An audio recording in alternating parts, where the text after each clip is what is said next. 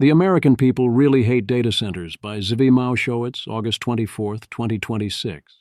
There are at least 5 different core questions around data centers and their politics. 1. In what ways are specific concerns people raise about data centers legitimate? 2. In what ways are specific concerns people raise about generative AI legitimate? 3. Is it in general a good idea to build more data centers? 4. How can we get America to build more or less data centers in a better way? 5. Why do the American people increasingly really hate data centers? This post focuses on question 5, the latest in a series of such posts, most famously Jasmine's son's road trip. It is mostly not about the first 4 questions. The American people really hate data centers. Support for data centers keeps cratering. Americans really hate data centers, and 75% oppose local data center development, despite the economic benefits. Cremio illustrates that this opposition mostly does not get solved via arguments about the tangible benefits or costs of data centers. People don't believe you, and even when they do believe you, they don't care, because that wasn't their true objection. Persuasion buys you a few percent support, but from new very high levels of opposition. Image. Opposition to a data center being built nearby rose from 42% in August 2025 to 51% in February 2026, 70% in May, and 75% in August. Image. Net support for building a nearby data center fell sharply across all political groups from August 2025 to August 2026. It dropped from 14% to -43% among Republicans, from -5% to -65% among independents, and from -8% to -75% among Democrats. Image. Support for a nearby data center falls from 43% in August 2025 to 15% in August 2026. Opposition rises from 42% to 75% over the same period, with strong opposition increasing from 24% to 61%. This clearly is mostly not about the physical impact on the community, given that this level of support is now well below that of a coal plant, which is bad enough that it substantially increases the surrounding death rate. Image. Solar farms receive the highest support for construction nearby, at 59%, followed by natural gas at 56%, and wind farms at 51%. Coal receives the lowest support at 30% and the highest opposition at 48%, while transmission lines draw 35% support and 34% opposition. Transmission lines are the control group. Transmission lines are straight up good, with approximately 0 downsides. Transmission lines polling remarkably close to coal plants, when the coal plants actively not only cook the planet but poison the people around them, is crazy. This one absolutely is straight up moral panic. When we see widespread opposition to transmission lines and politicians shamelessly jumping on board, you know that a lot of this is simply about building anything new of any kind anywhere, especially anything that vaguely seems like it supports our technological infrastructure, and that people will invent phantom concerns in order to have that not happen or to try and extract concessions or both. Thesis. People mostly dislike data centers because they dislike and distrust AI, tech companies, big money, and building things. This is my central model. Building data centers combines 1. AI, 2. Big tech, 3. Other people having data, especially on you. 4. Big money. 5. Building things, especially ugly things. 6. Not offering that many jobs. People dislike and distrust these 6 things, so they hate data centers. They are also being asked to accept abstract arguments over concrete concerns, the reverse of the situation regarding things like existential risks. The rest, as they say, is commentary. It is what people latch onto. They mostly dislike these things for reasons that are wrong in their details, but highly understandable. Why is opposition rising so quickly? What changed over the last year? My answer is, mostly bandwagon effects, preference cascades, and a rise in salience, combined with AI becoming vastly more visible and starting to impact the world, including the job market. combined with a push to build vastly more data centers, which is forcing companies to push into communities that are less receptive. No, it's mostly not the messaging about AI in general. Many often try to pin the blame for people disliking and distrusting AI on botched messaging. They say the heads of the AI labs should have more often lied. Those CEOs should not have said that their products would take away people's jobs, and definitely should have said that the product wouldn't kill everyone, say these folks. Those same people blaming everything on bad marketing, of course, mostly also think the claims that they say are terrible marketing were intended as marketing. They think everything is marketing, that everything is vibes, that reality doesn't matter. They are wrong. People very much are noticing things about underlying reality, especially locally as it impacts them and people they know. They are using empiricism and first principles reasoning and picking up vibes from each other. It is possible to intentionally steer this process with the right words, but it is a lot harder than it looks. This is because they don't like AI, and also, I don't like the computer man, and also, they don't like the man. 1. They fear for their jobs because it is sensible to fear for your job given what AI can clearly do and how people are planning for and reacting to AI. 2. They fear that humanity will be usurped or wiped out because that is an obvious thing to worry about when building smarter artificial minds, as illustrated by every story and thought experiment about such minds ever, without any need to get into the more detailed and technical reasons for worry. 3. They fear their culture and things they care about will be wiped out because they've seen it before and can see it happening again in real time in some ways. 4. They fear that big tech and big money are full of false promises and there will be a catch because of the entire history of everything, as one would observe from the average person's point of view. They don't know economics and never have. They do notice that in many cases, communities allowing such construction look like they're getting screwed out of their fair share, although in some cases not. 5. They fear building and care about relative position. They are not abundance libertarians. People's concerns about tech are often coming from very basic places, you know? Polymath. I believe that data center opposition is not so much about AI and more about the fact that your grandma doesn't understand 2FA authentication or that you need a mobile phone to pay for downtown parking. That level of concern seems right, but young people oppose data centers more than old ones, so it mostly isn't about lack of tech proficiency. I do not think that the CEO messaging around AI much mattered. No one knows who Dario Amode is or what he is saying. They might know who Sam Altman is, but they are forming impressions based mostly on other things. Thus, shots like this from Senator Murphy are good lines, but I don't think people just believe them. People don't just. Senator Chris Murphy, D. Connecticut. I don't know. The AI industry has been basically promising to destroy jobs at scale and poison our kids with addictive products, and it feels like people are just believing them. The messaging on various levels definitely hasn't helped, and I do think that messaging on data centers in particular is bad and is making things worse, but even then, it is not the main thing. I don't want to go beyond scope. Addressing this is a distinct post I plan to write soon, but in brief, the fears are all marketing theory is obvious nonsense. The whole point is that this is beyond terrible as marketing, yet they say it anyway.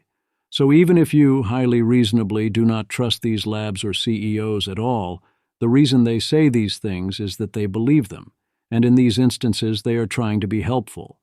To the extent that they did tell us, this is to their credit.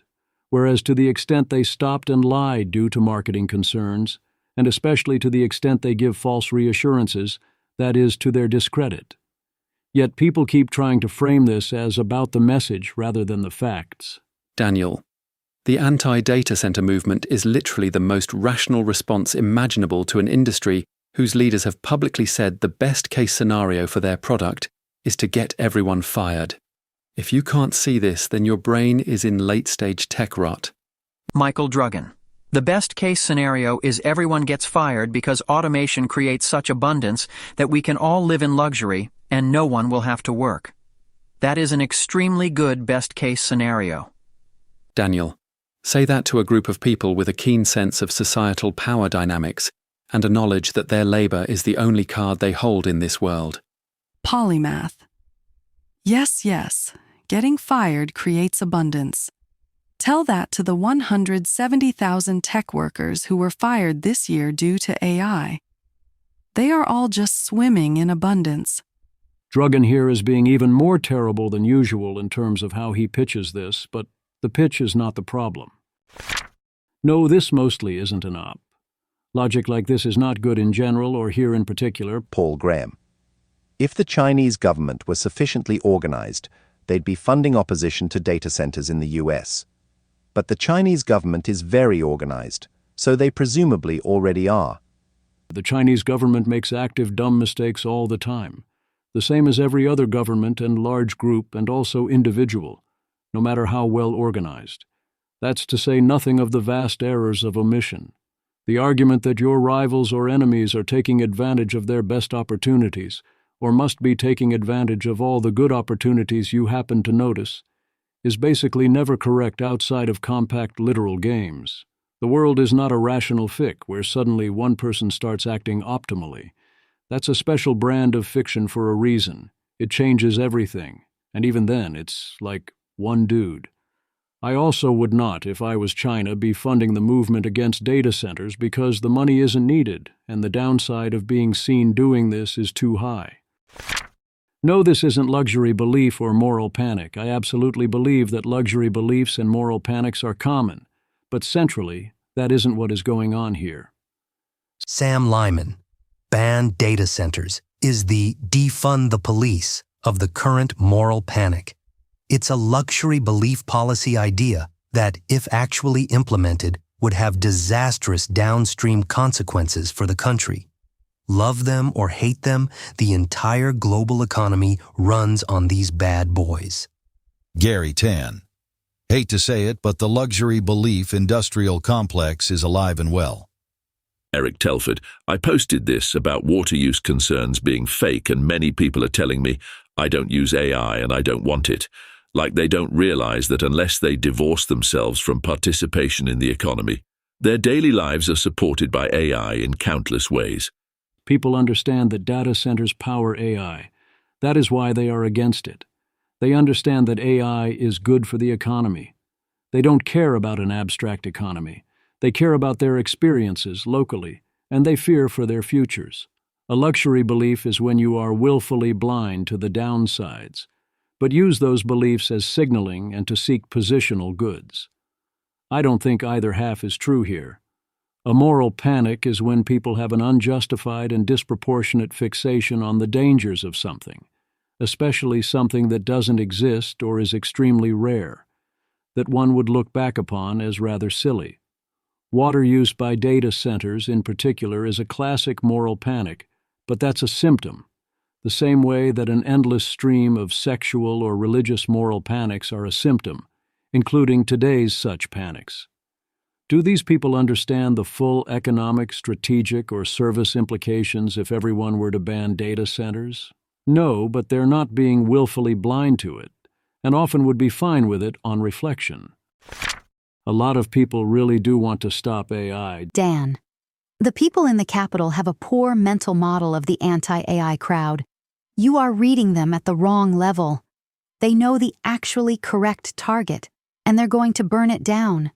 You're going to have to build them in space and on boats and in maximum security, self-sovereign, self-defended, untouchable regions. Then you'll have the AI, and they won't. Maybe we should reflect for a moment and listen to what the people are trying to tell us. Judd Rosenblatt. Pretty interesting POV on anti-data center people. Like for all the poor reasoning, they actually got it right on the one thing that could choke it off. This speaks to some pre-reasoning intuition. A lot of other people are voting no on tech or the man generally. The way democracy and public action work is typically kind of blunt. If they're unhappy with how things are going, they tell you no. Throw the bums out, oppose the things the man wants or that big tech wants, and so on. It's not so much about evaluating detailed consequentialist arguments. As I said before, concerns about tech often come from very basic places. Zach Hill. I think the data center fight is at best tangentially about AI for a few reasons.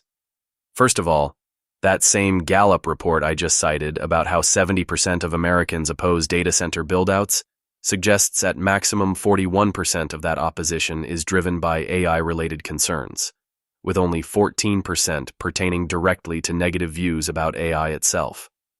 I don't think people know why they're opposed and would caution against such a breakdown. I do get the argument that AI is not a salient issue outside of data centers, while data centers are highly salient.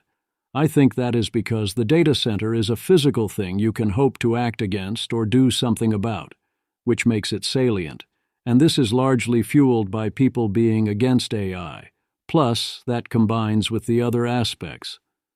Similarly, Zach Hill points in the same post to a past outcry over a 1965 proposal for a national data center. Zach Hill.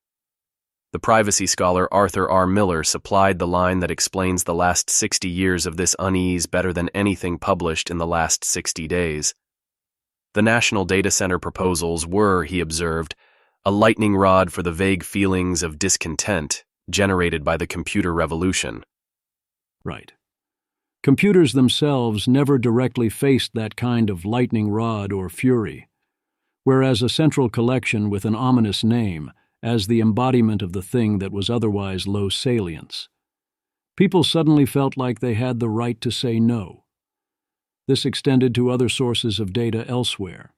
The other parallel here is people being uneasy, basically on general principles, about data collection and storage and use. That was driving the opposition back then, and this paranoia remains. People often freak out to a seemingly absurd degree about their particular data being used to train an AI, or it being on some server or whatever. That's not something you can hope to answer. If you're the embodiment of amorphous fears, your popularity profile will be kind of cooked, and nothing you say is trusted. Locals feel entitled to heavily tax the gains from construction. Locals feel like if they aren't the primary beneficiaries, or at least don't get heavily bribed and treated as key stakeholders, they are being cheated and are now worse off. This need to pay so much extortion money is coming as a surprise to many. A lot of this is the Copenhagen interpretation of ethics. Once you are building, they see you as interacting with the community, and as the man you are better off than they are, thus you are blameworthy for everything, including for not doing more. This is true even if objectively they are better off than before. They often don't care, or don't trust, and don't believe you, or are now thinking about relative wealth levels even more than they were before, not absolute levels. Part of this is that they expect to be screwed over in various ways in the future, so they need compensation for all that. This is especially bad for data centers because they don't sufficiently create jobs directly. You could, of course, use the money to create jobs. Early data center efforts often served communities well, but also often didn't, and locals have noticed that they're not getting the kinds of consideration they feel they deserve, whether or not you think they deserve it. In other cases, the results are fantastic, such as much higher tax revenues, but locals basically don't believe in that until they see money in the bank. Remember that they expect to be screwed over and promises not kept. Also, they don't really believe in money, or that money is fungible, and don't always want the tax to be in money, as in Polymath. A tech company will spend $10 billion building a data center outside of a Wisconsin town, but they won't sponsor a little league team. They won't support the local Girl Scouts. They won't build a park. Actually, they do this. Meta and Google have such programs. Meta has such a program at Mount Pleasant. They don't do as much per dollar or square foot as local businesses, but that's an impossible standard.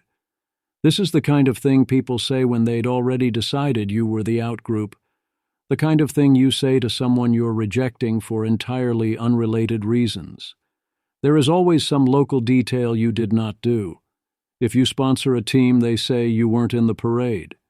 If you were in the parade, they complain about you not building a park, even though that doesn't actually make any sense. or that you did these things wrong in a done deaf way, or they just move on to something else entirely. When you read Jasmine Sun's accounts, it's always pure, "What do I think of this building and proposal?" The real messaging issues with data centers came while trying to build the data centers and from politicians, and also the broad history of what locals see as broken promises from elites. This is the unavoidable politics. It is being played badly, or alternatively it is being played well from a selfish local standpoint in ways that poison the well down the line, but a lot of that is that the situation is tough. If what they want are broad, deep, sustained, detailed, costly signals of respect, then that is super expensive to deliver. They're not going to get that. If you want to tax people, you need to set a tax rate. Polymath. Flipping the script. There can't be any form of compromise if the data center opposition can't even tell us what changes they would accept in exchange for permission to build. If what they really want is to be treated with respect, they might not get that. Respect might simply not be on the table. If that's the case, they will end up in a place where they don't get the respect, but they also don't get the fringe benefits of boosted tax revenues. One would assume what happens is the data centers end up in the places that know to ask for money, and those places end up with a lot of money. Polymath. To their credit, many in the tech community are trying to figure out what will work. To their detriment, most of these strategies assume that their opponents are stupid and that we can just deftly outmaneuver them with money and power and the fact that they are so much smarter than those flyover hicks. Which is exactly the attitude that makes negotiations pointless. The thing about we can outmaneuver these people with power and money is that as much as it pisses off the flyover folks, it's mostly true most of the time. We are potentially approaching a notably rare exception. Stupid mistakes like NDAs don't help.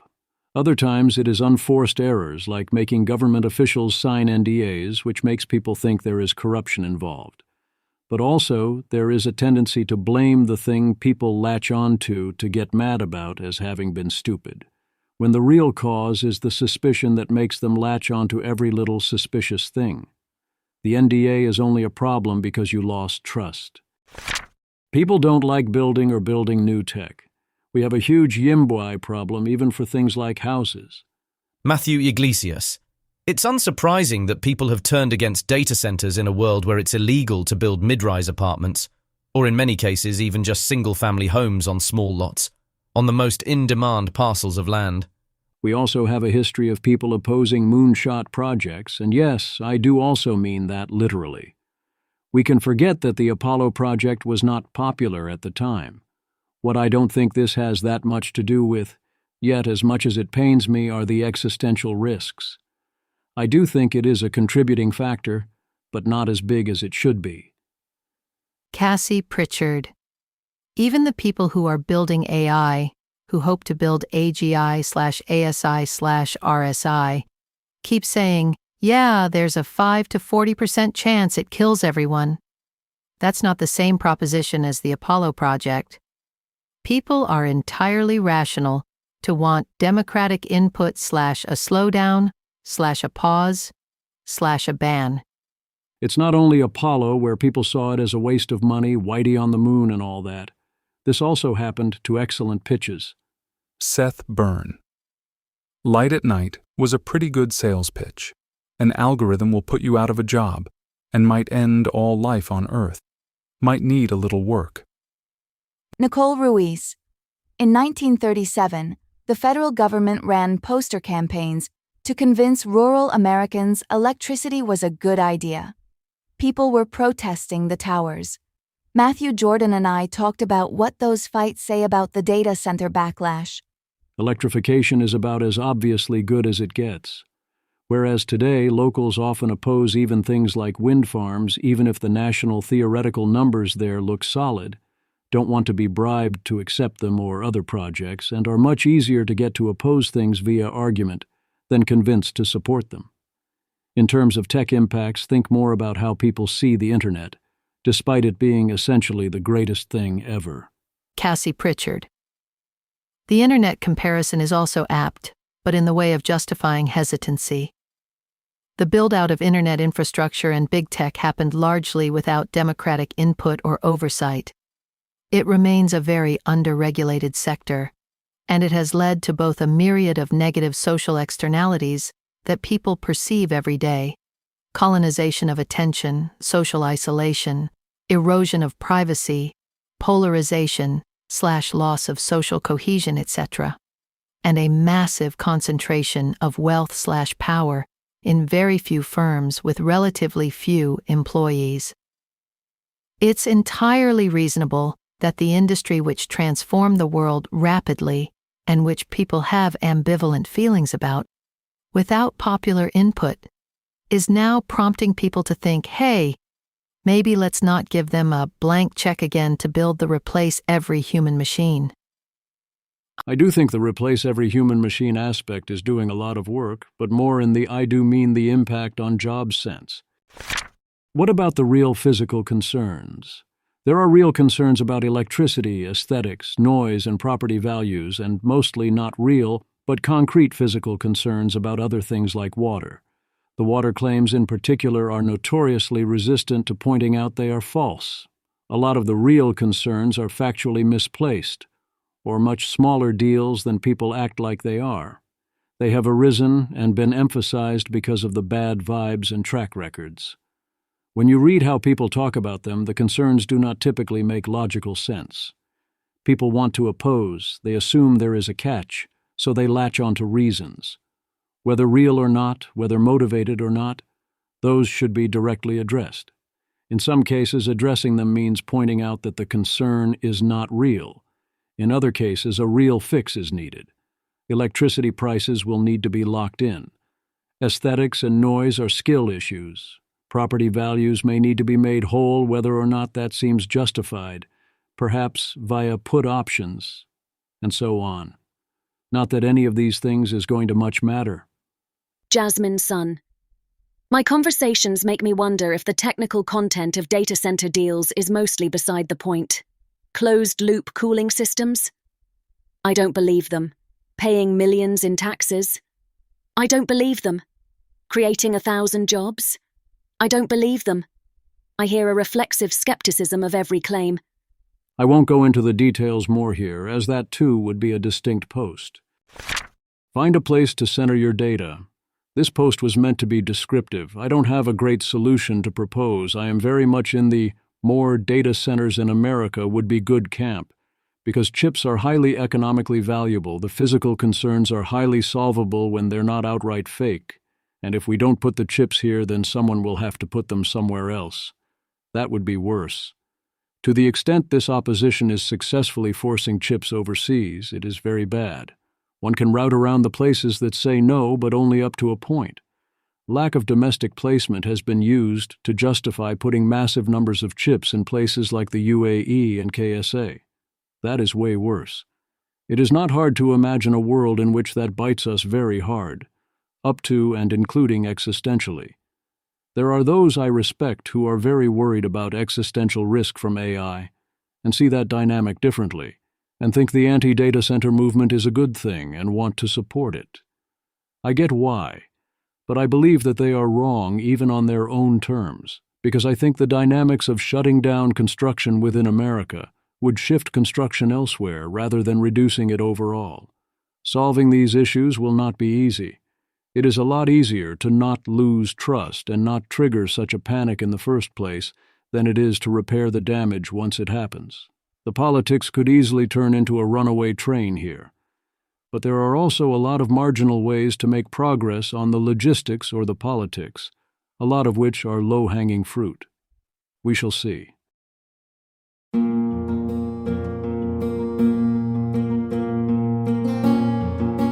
This has been an episode of the Don't Worry About the Vase podcast. If you enjoyed this podcast, please visit thezv.substack.com to support the author. If you enjoy having AI-narrated episodes, please note this is a listener-supported podcast. To receive new posts and support the cost of creation, consider becoming a subscriber at dwatvpodcast.substack.com. Thanks for listening.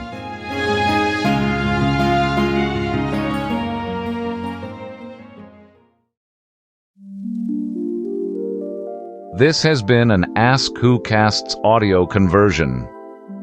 If you would like your own private feed of audio conversions of any blog posts you would like to listen to, you can sign up for Ask Who Casts Pro at app.askwhocasts.com, where you can give any post the multi-voiced podcast treatment into your own podcast feed. Thanks for listening.